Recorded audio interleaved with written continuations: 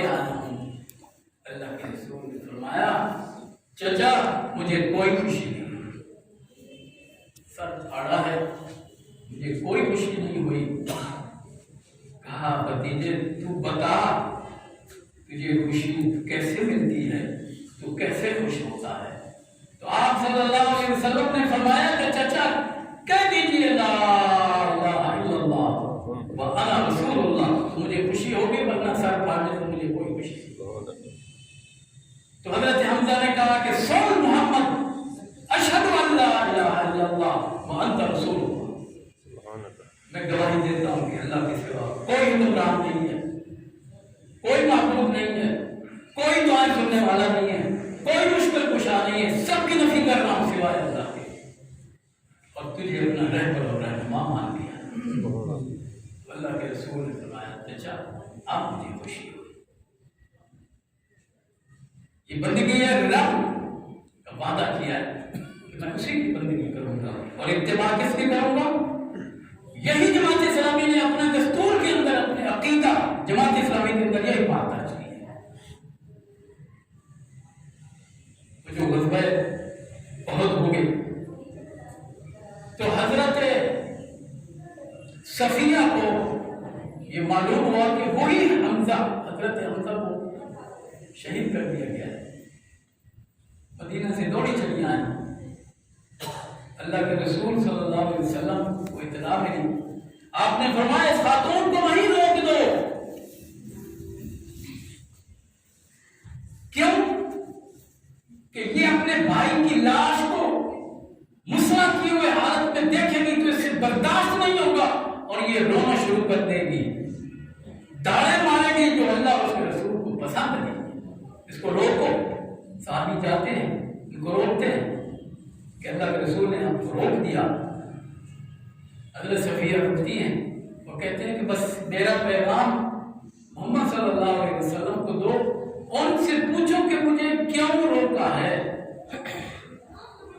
تو وہ گئے اور آپ نے بتایا کہ آپ ایک خاتون ہیں، آپ اپنے بھائی کو اس حالت میں کہ جو میں بھی برداشت نہیں کر سکا ہوں، ناک کٹ چکی ہے، آنکھیں نکل چکی ہیں، میدا پھاڑ دیا گیا ہے، کلیجہ نکال دیا گیا ہے، اور آنکھیں نکال دی گئی ہیں، جسم میں کچھ بچا ہی نہیں، انتڑیاں نکال کے ہند نے اپنے گلے کا ہار بنا لیا ہے، اور کلیجہ جو حمزہ رضی اللہ عنہ کا تھا وہ چبا کے اس نے پھینک دیا ہے۔ انتقام کے مارے ہند نے یہ کیا، تو کچھ ہے نہیں جسم کے اندر، تو یہ برداشت نہیں ہوگا۔ صحابی نے جا کے بتایا، کہا جا کے اللہ کے رسول کو یہ بتاؤ کہ صفیہ اپنے بھائی کی لاش پہ رونے کے لیے نہیں آئی ہے، میں یقین دلاتی ہوں کہ نہیں روں گی۔ جرت ایک خاتون بھائی کی لاش اس حالت میں، اور پیغام دو کہ نہیں روں گی، میں رونے کے لیے آئی نہیں۔ تو اللہ کے رسول نے کہا چاہ بھائی کی لاش کے اوپر کھڑے ہو کے یہ کہہ رہی تھی حضرت صفیہ کے حمزہ بہنیں اپنے بھائیوں کی لاشوں میں آ کر رویا کرتی ہیں، سن میں رونے کے لیے نہیں آئی ہوں۔ کیوں آئی ہوں؟ میں یہ دیکھنے کے لیے آئی ہوں کہ تو نے مکہ میں کہا تھا نا کہ اشہد ان لا الہ الا اللہ وانت رسول اللہ، میں یہ دیکھنے کے لیے آئی ہوں کہ تو اپنے اس وعدے میں سچا نکلا یا جھوٹا، میں یہ دیکھنے کے لیے آئی۔ اور آج سچی بات یہ ہے کہ تیری کٹی ہوئی ناک اس بات کی گواہی دے رہی ہے کہ تو سچا تھا، تیری نکلی ہوئی آنکھیں یہ گواہی دے رہی ہیں، تیرے کٹے ہوئے کان یہ گواہی دے رہے ہیں، تیری نکلی ہوئی یہ آنتڑیاں یہ گواہی دے رہی ہیں، تیرا نکلا ہوا یہ کلیجہ یہ گواہی دے رہا ہے، تیرا انگ یہ گواہی دے رہا ہے کہ تو نے سچ بات کی۔ اس کو کہتے ہیں وفا۔ میں آج دیکھنے آئی ہوں کہ تو بے وفا تو نہیں نکلا۔ اور کشمیریوں کے ساتھ یکجہتی کا اعلان کرنے والوں، خبریں چھپوانے والوں، دھوکہ مت دو، دھوکہ نہ دو ان کو۔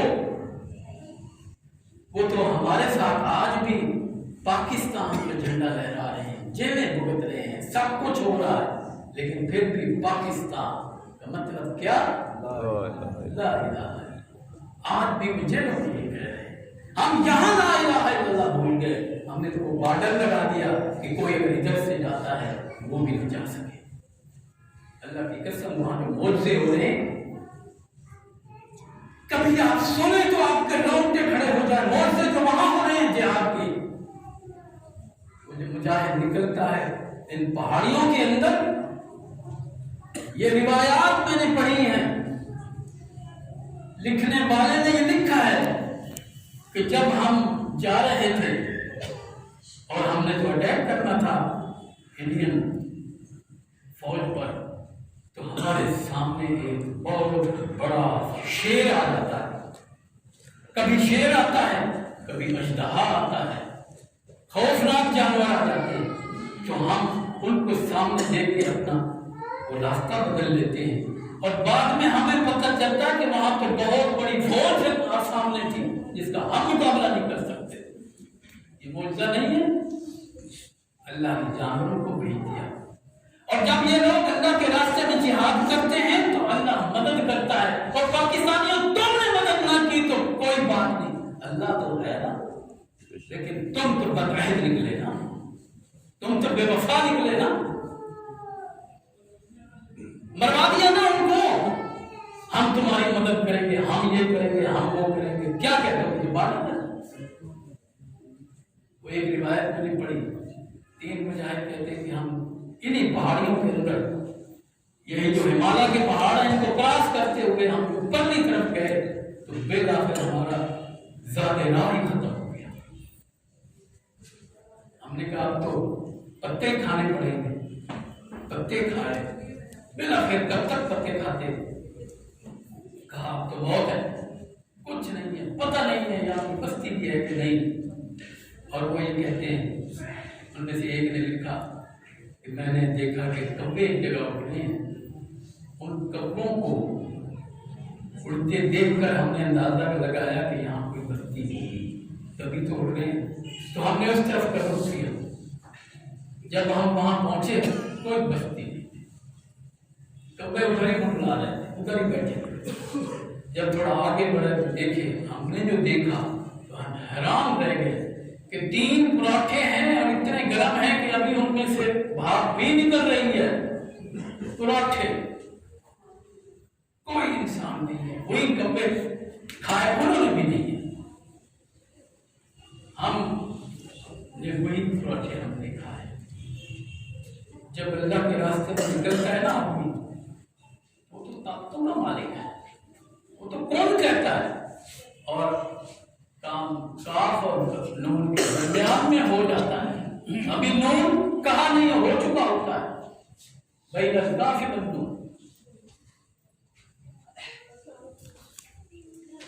جب ہم اس دھرتی پر اللہ کے اس نظام کو اور قرآن کے نظام کو نافذ کرنے کے لیے مدینہ سے نکلے تھے نا، جو خبر آئی نا حضرت ابوبکر رضی اللہ عنہ کے پاس، ہرقل کیسر 2,40,000 فوج لے کے مدینہ پر حملہ آور ہونے والا ہے، حضرت ابوبکر رضی اللہ عنہ نے اپنے ساتھیوں کو کہا مجھے اس کیسر سے ڈر ہی نہیں لگتا، اس لیے کہ خالد بن ولید موجود ہے، وہ اکیلا ہی کافی ہے۔ اور خط لکھا خالد کو، جو ایرانی محاذ پر تھے، سپر پاور ایران کے نمبر آزما تھے، ان کو لکھا کہ فوراً اس محاذ پہ چلے جاؤ، اس کیسر کے ناپاک قدم میرے نبی کے مدینہ پاک میں داخل نہیں ہونے چاہیے، اس کو ادھر روک لیں۔ اور وہ 10,000 اپنے ساتھی جو کہ وہاں پہنچ گئے، 2,40,000 اس کی فوج مسلح، 1,00,000 گھوڑ سوار، 1,00,000 جو ہیں وہ دوسرے لڑائی، اور 33 ہاتھی ہیں جو خود جنگ کرنا جانتے ہیں۔ جب یہ جرمو پڑھ کے دیکھتے، یہ ہم ہی تھے جو مدینہ سے نکلے۔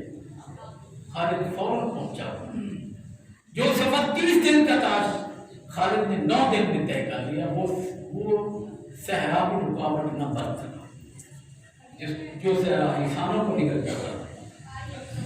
وہاں پہنچتے ہیں اور کیسا اپنے بھائی کو بھیجا، کمانڈنگ کر رہا ہے، 2,40,000 فوج ہے اور یرموک ایک وادی ہے اس کے اندر وہ داخل ہو چکا ہے، یہ سمجھتے ہوئے کہ بیک میری سیف ہے، لڑائی ہوگی۔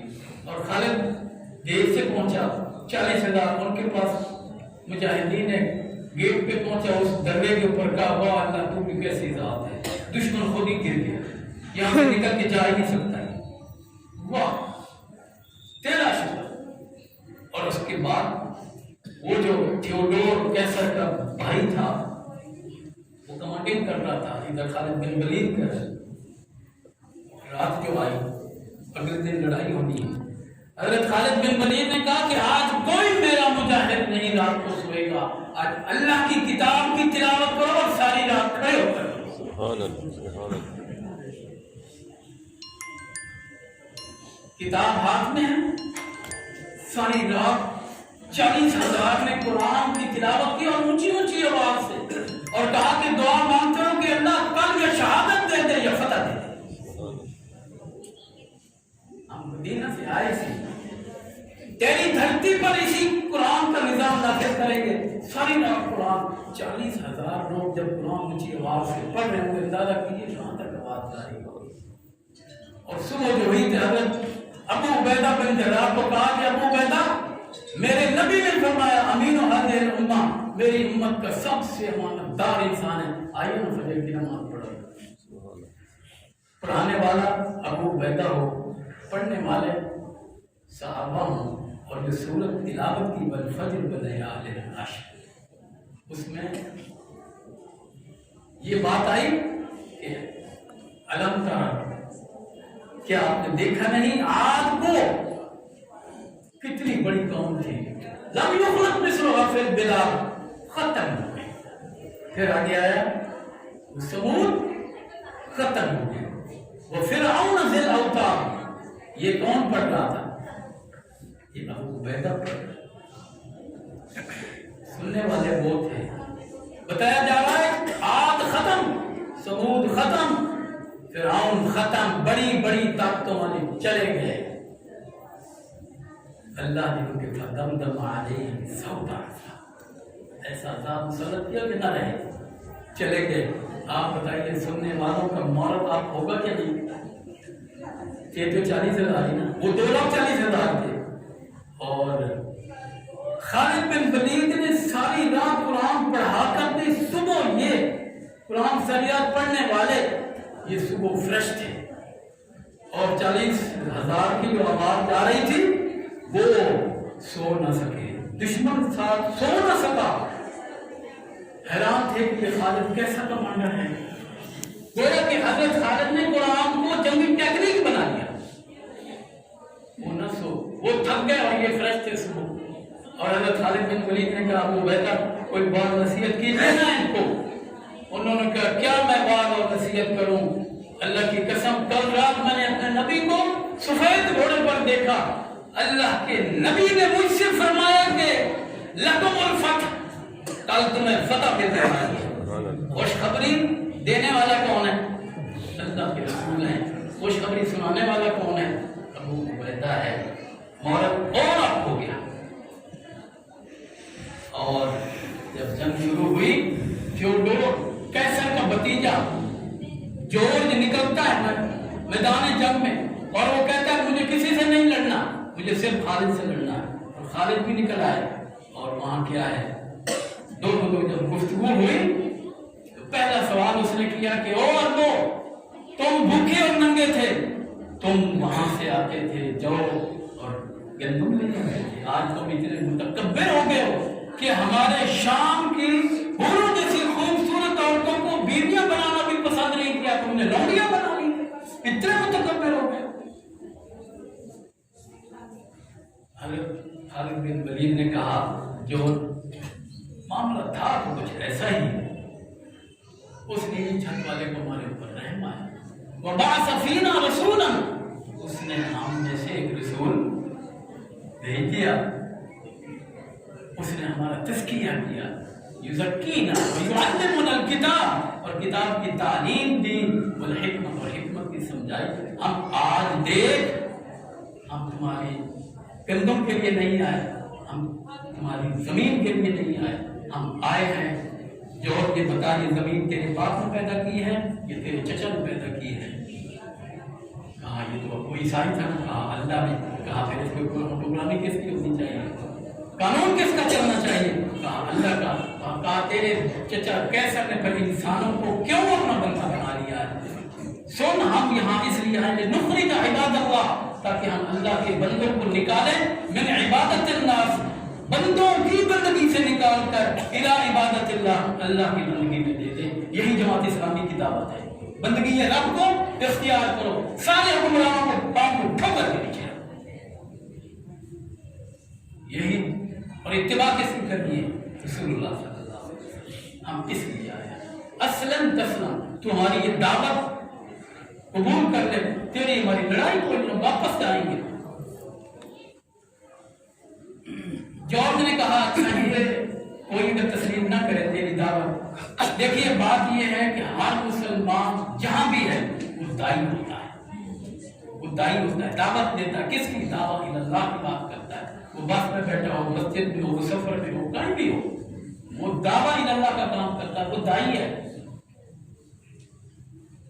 تو اگر یہ کوئی تسلیم کرے، کہا بات یہ جزیہ دے دو، اگر یہ بھی نہ کوئی کرے، کہا پھر تو میرے نبی کی تعلیمات ہیں کہ ہم واپس نہیں جایا کرتے، یا شہادت ہی تک ملتی ہے یا فتح ملتی ہے، واپس نہیں جاتے۔ اس نے دیکھیے یہ خالد بن ولید ایک مجاہد کی حیثیت سے اس 2,40,000 آنکھیں دیکھ رہی ہیں، اور ادھر 40,000 مسلمان بھی دیکھ رہے ہیں، کتنی آنکھیں ہوں گی؟ ایک آدمی کی 2 آنکھیں، 2,40,000 وہ کتنے ہو گئے؟ اور 40 ان کی ہے 80,000 ہی ہو گئے۔ اتنی آنکھیں اس آسمان کے نیچے کبھی کسی نے نہیں دیکھا ہوگا یہ منظر، کہ دعوت دے رہا تھا خالد بن ولید میدان جنگ کے اندر بھی کہ تم یہ دعوت قبول کرنا، بندگی رب کی دعوت قبول کر، تو ہمارا بھائی، کوئی لڑائی نہیں تیرے ساتھ۔ اس نے کہا نہ کرے، کہا پھر تو ہم واپس نہیں جاتے۔ اس نے کہا اچھا ایک آخری سوال میرا یہ ہے، اور وہ کیا ہے کہ تمہارے وہ لوگ، وہ عیسائی تھا مکم کرو میں بہت پہلے ایمان لے آئے، ان کا تو بڑا درجہ ہے، بڑا درجہ ہے۔ کہا کیوں نہیں، ان کا بڑا درجہ ہے، سابقون الاولون ہے۔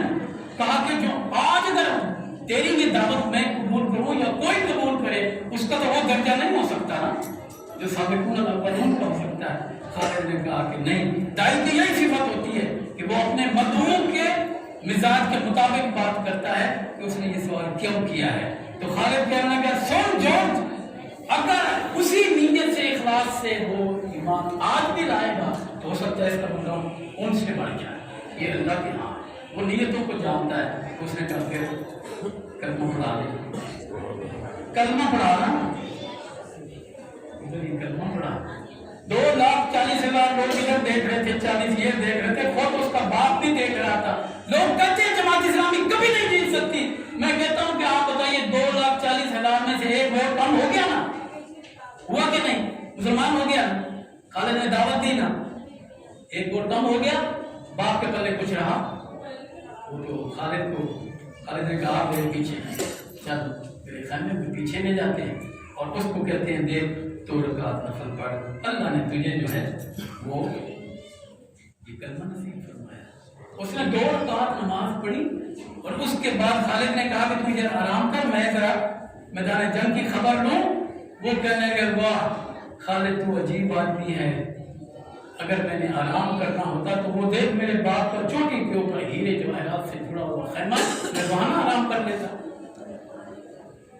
کہا کہ میرے ساتھ آ جنگ شروع ہوئی اور ابھی ظہر کی اذان بھی نہیں ہوئی تھی، وقت بھی نہیں ہوا تھا، جارج شہید ہو چکا۔ دعوت ابھی قبول کی تھی نا، ابھی قبول کی تھی، میدان جنگ میں کی تھی، باپ کے سامنے کی، اس کو دکھایا کہ دیکھ باپ میں ابھی خالد کے پیچھے جا رہا ہوں، دعوت قبول کر لی، میرا ووٹ اب ان کے ساتھ ہے۔ 40,000 ان کی تعداد کتنی ہو گئی؟ 1 ہو گئی۔ لوگ کہتے ہیں جماعت اسلامی نہیں جیت سکتی، اور جب جنگ جیتنی ہوتی تو 1 سے بھی جیتی جاتی ہے۔ جمہوریت کو تو اصول ہی ہے، 1 ووٹ بھی بڑھ جائے تو جیت نہیں جاتے۔ باقی وہ سب بیکار ہے. تو جون کا بیٹا وہ مسلمان ہو چکا، لڑتے لڑتے شہید ہو گیا. خالد بن ولید کو کسی نے کہا کہ وہ تو شہید ہو گیا، ابھی ظہر کا وقت بھی نہیں ہوا. زکات تو 2 ہی پڑی تھی نا، نفل پڑی تھی، فرض تو 1 نماز بھی نہیں پڑی. دعوت قبول کی، ابھی قبول کی. اس کو کہتے ہیں وفا. میں نے جو دعوت قبول کی ابھی پورا.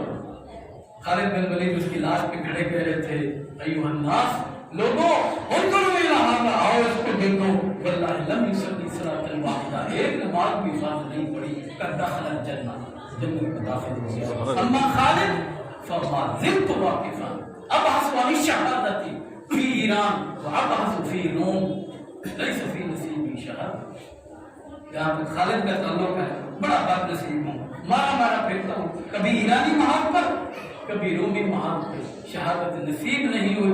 دیکھو اس نے ایک نماز نہیں پڑھی، قد دخل الجنہ، جنت میں چلا گیا. یہ ہے وفا. ہم نے دھوکہ دیا، میں نے حیثیت قوم ہم نے ان کو دھوکہ دیا. ہم سب مجرم ہیں، سزا ہمیں بھی مل رہی ہے نا، مر رہے ہیں نا مہنگائی کے اندر. آپ نہیں نکل سکتے اس سے. ہم بڑے بے وفا ہیں. ہم نے خدا کے ساتھ دھوکہ کیا تھا، ایک ملک دے، ہم وہاں کیا کریں گے؟ کیا نہیں کیا. اللہ کے ساتھ فراڈ کیا، میں نے ایسے ٹون کیا. بنی اسرائیل کا واقعہ پڑھا نا آپ نے. بنی اسرائیل کا واقعہ کیا ہے کہ وہ وہاں جا کے مکر گئے. اللہ تعالیٰ نے کہا فلسطین کی حکومت دیتا ہوں، یہاں اللہ کے نظام کو نافذ کرو. کہا نہیں، حکومت کی بات نہیں، ہمیں گنڈے پیاز دو. اللہ تعالیٰ نے فرمایا تستبدلون الذی هو احسن بالذی هو خیر، کم بختو، تمہیں بادشاہی دینے کے لیے تیار، تم گنڈے پیاز کی طرف آ گئے. ہم وہاں سے آئے تھے نا، اور آپ میں سے جو لوگ ہجرت کر کے آئے، اللہ کی قسم سب سے بڑے مجرم وہ ہیں جو یہاں ہے نا. یہاں کے مقامی وہ اتنے مجرم نہیں.